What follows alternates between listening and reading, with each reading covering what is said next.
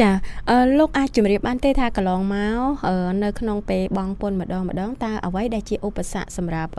អ្នកដូចលោកចឹងធ្វើការទៅលើទទួលការបងពុនពីប្រជាពលរដ្ឋហើយនិងប្រជាពលរដ្ឋទៅរកសេវានេះតើអ្វីដែលជាឧបសគ្គរវាងប្រជាពលរដ្ឋនិងអ្នកទទួលពុនពីពួកគាត់នោះចា៎ឧបសគ្គចម្បងដែលខ្ញុំតែងតែឃើញនោះភាគច្រើនគឺប្រជាពលរដ្ឋគាត់អត់សូវយល់អំពីកាតព្វកិច្ចរបស់គាត់ហើយមួយទៀតគាត់យល់ថានៅពេលដែលគាត់ដាក់លិខិតប្រកាសពន្ធទៅប្រចាំខែហ្នឹងមានន័យថារួចខ្លួនហើយតាមពិតការដាក់លិខិតប្រកាសទៅឲ្យមន្ត្រីពន្ធជារៀងរាល់ខែមិនមែនមានន័យថាការប្រកាសយើងត្រឹមត្រូវនោះទេគេហៅថាសាវនករពន្ធដារ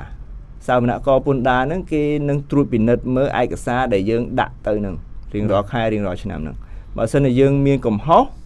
គេនឹងធ្វើការពិន័យអញ្ចឹងមុនដំបូងទៅធ្វើឲ្យអ្នកជាប់ពន្ធនឹងយល់ពីកាតព្វកិច្ចខ្លួនឯងសិនតើគាត់មានកាតព្វកិច្ចជាប់ពន្ធអីខ្លះគាត់ទៅដាក់ទៅឲ្យតាន់ថ្ងៃខ្ញុំឧទាហរណ៍ថាពន្ធប្រចាំខែមួយទៅដាក់ទៅមន្ត្រីពន្ធនឹងដើម្បីកុំឲ្យយឺតទៅខែបន្ទាប់អញ្ចឹងបើសិនជាគាត់ដាក់យឺតទៅរងពិន័យអញ្ចឹងទី1ទៀតគាត់មិនច្បាស់អំពីការរៀបចំលិខិតប្រកាសពន្ធជួនកាលគាត់មានវិក័យប័ត្រមួយចឹងទៅគាត់ចាប់ពន្ធអត់អស់ប្រពន្ធវាមានច្រើនប្រភេទបាទអញ្ចឹងបើចាប់អត់អស់ទេអានឹងទៅរងពិន័យបាទចា៎អញ្ចឹងជារួមបើសិនជាគាត់មិនច្បាស់គាត់អាចមកប្រឹក្សាជាមួយអ្នកជំនាញ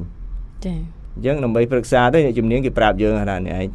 ដាក់ជាប់ពន្ធអីខ្លះបាទអត្រាប្រមាណដើម្បីដាក់ទៅឲ្យវាត្រូវ